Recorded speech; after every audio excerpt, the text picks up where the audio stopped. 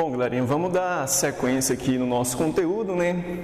E lembrando que não é férias, então que vocês tenham foco. A gente vai estar gravando umas videoaulas aí, passando atividades também complementares para vocês fazerem em casa. Qualquer dúvida é só perguntar pra gente no Instagram, nas redes sociais. A gente vai estar tirando a dúvida de vocês. Dando sequência aqui no nosso conteúdo, onde que a gente tinha parado sobre os modelos atômicos, a gente falou de modelo atômico de Dalton, modelo atômico de Thomson e modelo atômico de Rutherford.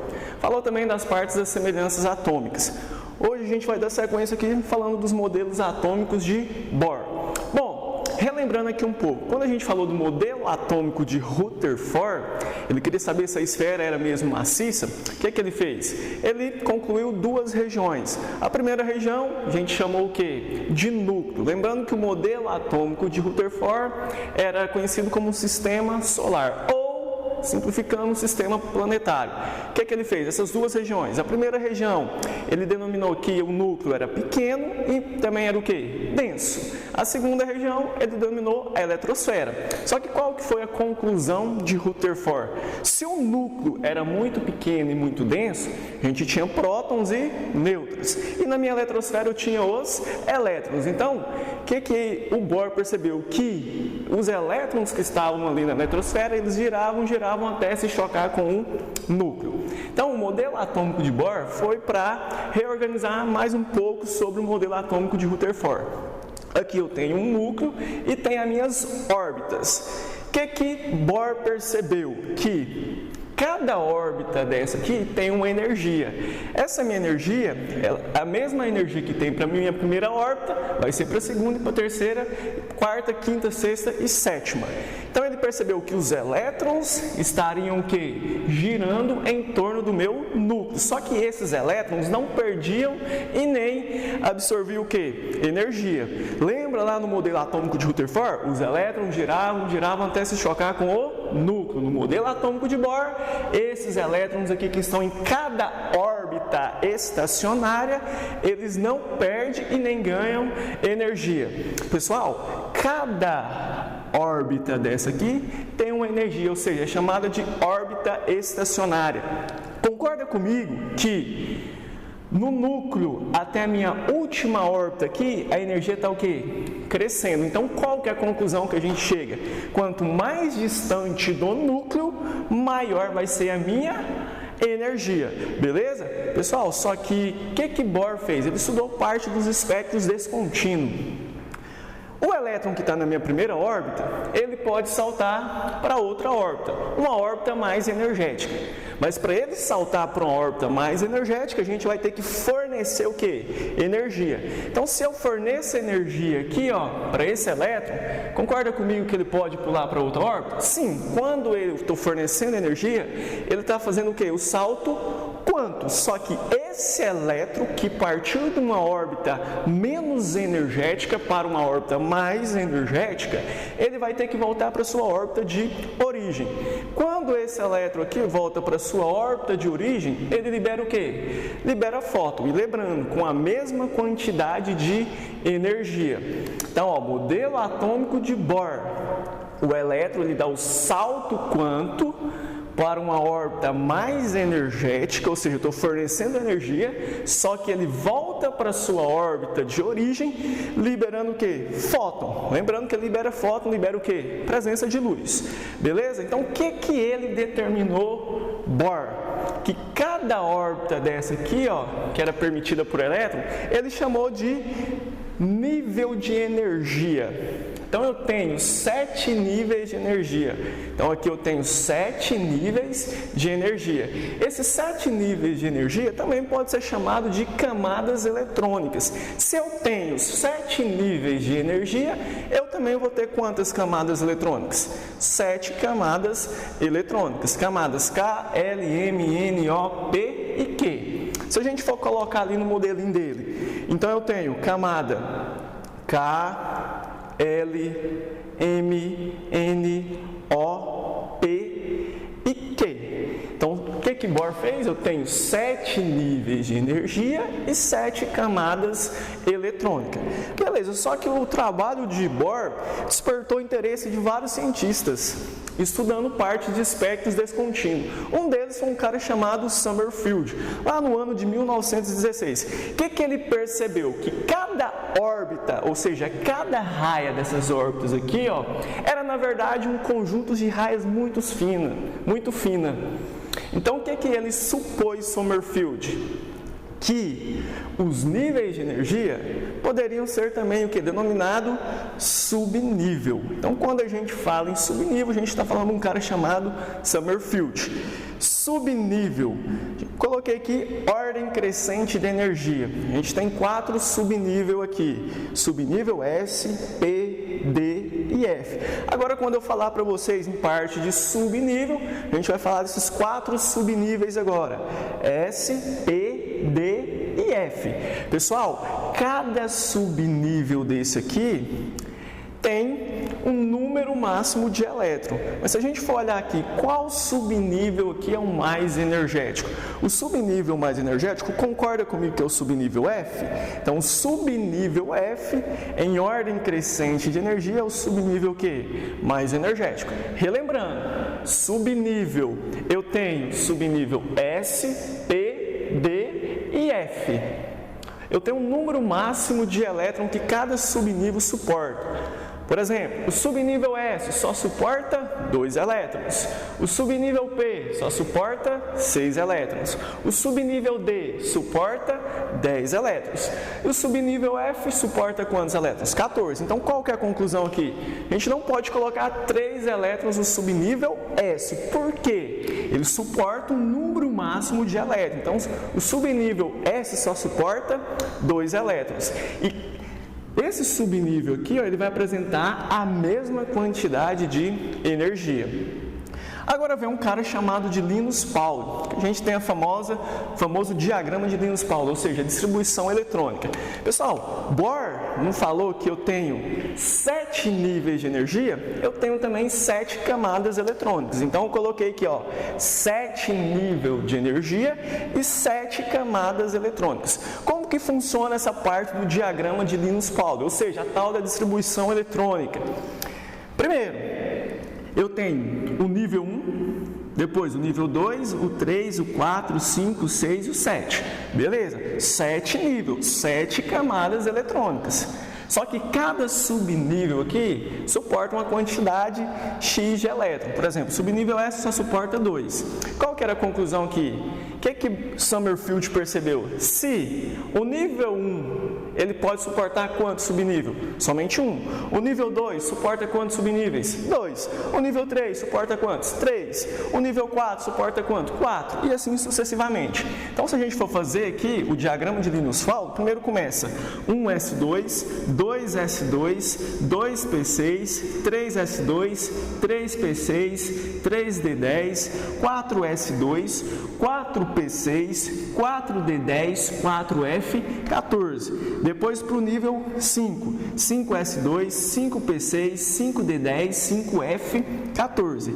6S2, 6P6, 6D10, 7S2 e 7P6. Aqui é o seguinte, eu tenho uma ordem crescente de energia. Por isso que eu estou colocando as setas.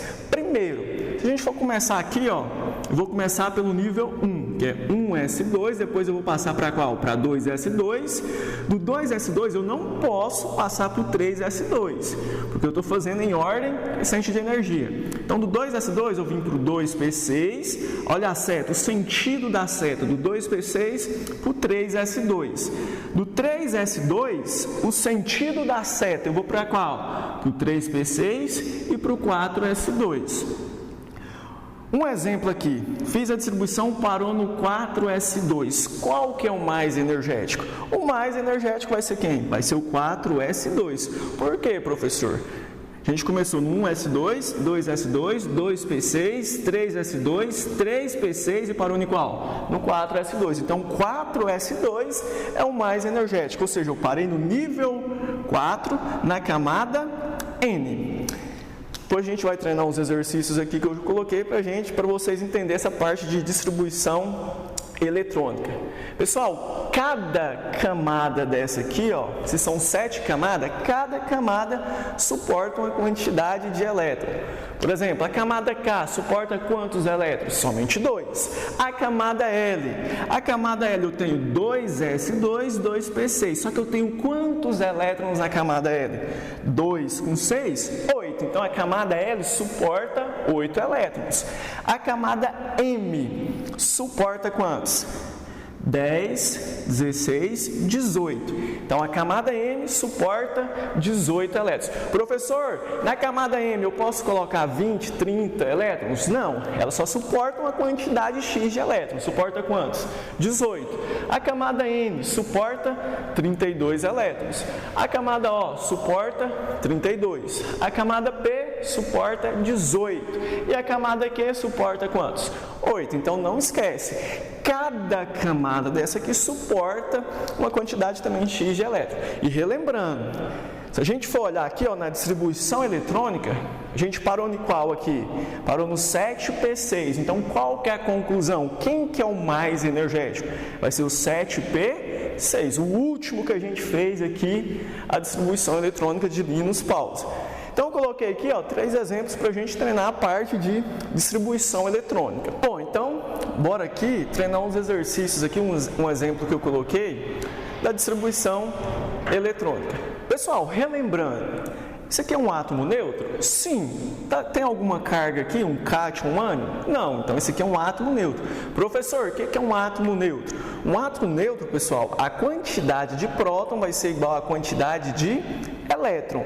Então, eu tenho quantos prótons aqui? 11. Se eu tenho 11 prótons, eu vou ter quantos elétrons? 11 também. A gente está falando de um átomo neutro. Relembrando, o que é um átomo neutro? Ele se encontra no seu estado fundamental, ou seja, o estado de menor energia. Então, vamos fazer a distribuição eletrônica. Se eu tenho 11 prótons, eu tenho 11 elétrons. Então, vou distribuir 11 elétrons aqui no diagrama de Linus Pauling. Pessoal, aqui dentro da distribuição eletrônica, a gente tem a distribuição eletrônica enérgica, a distribuição eletrônica geométrica e a distribuição eletrônica em camadas. A gente vai fazer as 3 aqui. Então, vamos começar. Se eu tenho 11 elétrons, então o primeiro nível seria 1s2, depois 2s2. Professor, vou passar aqui por 3s2? Não, relembrando o sentido da seta. Então, o próximo aqui seria 2p6. Eu tenho quantos elétrons para me distribuir? 11. Então, seria 2 com 2, 4. Com 6, 10. Então, só falta apenas 1. Então, o sentido da seta, qual seria o próximo nível aqui? Seria o 3s1. Então, ó, distribuição eletrônica do sódio. O S é chamado de quê? É chamado de subnível. Um elétron, tem um elétron aqui. Esse 3 aqui é chamado o quê? De nível. Então, a gente fez a distribuição eletrônica do sódio. Relembrando, essa aqui é a famosa camada de valência. Camada de valência, 3s1. Se eu perguntar para vocês, quando a gente fez a distribuição eletrônica do sódio, qual que é o mais energético? Ou seja, aquele foi o último que foi distribuído. Foi qual? Foi o 3s1. Então, esse aqui é o mais energético. Beleza? Então, a gente fez a distribuição eletrônica enérgica. Vamos passar aqui agora para o cálcio. É um átomo neutro? Sim, se é um átomo neutro, eu tenho 20 prótons, eu vou ter quantos elétrons? 20. Então, a gente vai distribuir 20 elétrons aqui. Então, a gente vai começar 1s2, o próximo seria 2s2, 2p6. Já foi quantos? Já foi 10. Então, falta mais 10 elétrons. O próximo seria 3s2. Olha o sentido da seta. Não esquece, coloca a setinha para não errar. Então, ó, 2p6, 3s2. Professor, eu vou por 4s2? Não. O próximo aqui seria o quê? 3p6. Então, ó, 2 com 2, 4. Com 6, 10. 12, 18. A gente vai distribuir 20 elétrons. Então, só falta 2. Cuidado para não fazer isso aqui, ó. Aí vocês vêm e colocam 3d2. Tá certo? Não. Por quê? Sentido da seta. Então, ó, a gente parou no 3P6. Olha o sentido da seta. O próximo que vai vir aqui vai ser qual? Vai ser o 4S2. Para não perder a distribuição eletrônica, ou seja, o diagrama de Linus-Pauling, faz a setinha. Então, ó, 2 com 2, 4, com 6, 10, 12, 18, 20. Então, qual que é o mais energético? O mais energético aqui vai ser o 4S2. Aqui eu tenho a última camada de valência. Então, a última camada de valência foi quem? 4S2. Qual o subnível? S. Qual nível? O nível 4. Se a gente for colocar aqui as camadas, eu tenho camada K, camada L, camada M e a camada, essa aqui seria o quê? A N. Mesma coisa seria aqui para esse outro aqui, para o sódio. Outro exemplo aqui, o cloro. É um átomo neutro? Sim, se é um átomo neutro, ele está no seu estado fundamental, estado de menor energia. A quantidade de próton vai ser igual à quantidade de elétron. Eu tenho quantos prótons? 17. Se eu tenho 17 prótons, eu vou ter também 17 elétrons, porque ele é um átomo neutro. Então, vamos fazer a distribuição eletrônica. 1S2, 2S2, 2P6. Já foi quantos? 10. Falta 7. O próximo aqui, 3S2. Então, já foram quantos? 12. Falta 5. O próximo aqui seria o 3P6. Se eu colocar 6 aqui, vai dar 18. Relembrando, subnível S suporta até quantos? 6 elétrons. Então, posso colocar 5 aqui para completar os 17? Sim, porque ele só suporta 6 elétrons. Então, aqui eu ia colocar quantos? 3P5.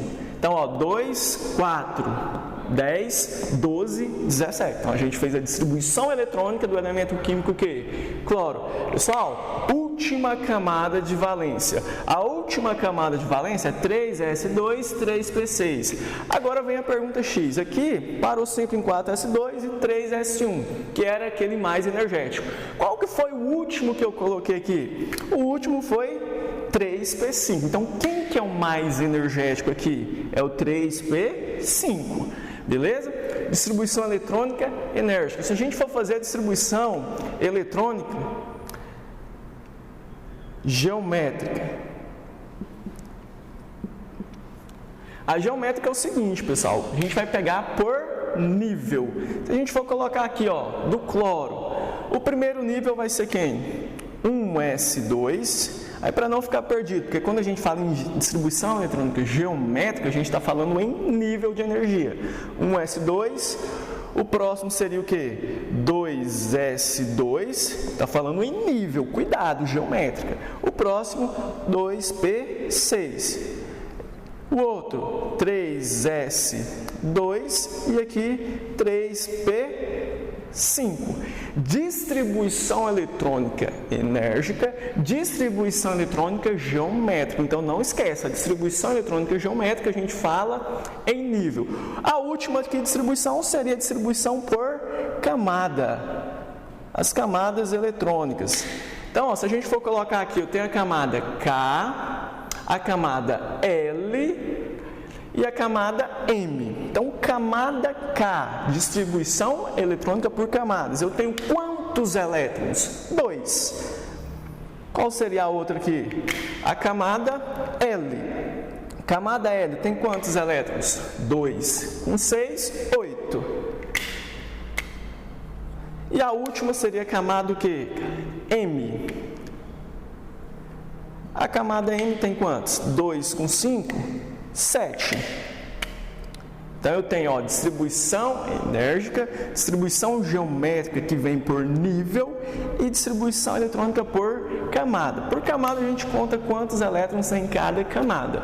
Beleza? Então, pessoal, galerinha, treina a distribuição eletrônica. É bem simples de fazer. Treina os exercícios. Lembrando que aqui eu expliquei a distribuição eletrônica só de um átomo neutro. Tem depois a distribuição eletrônica de íons. Tranquilo? Ó, foco, estuda que tudo vai dar certo. Vocês são os melhores.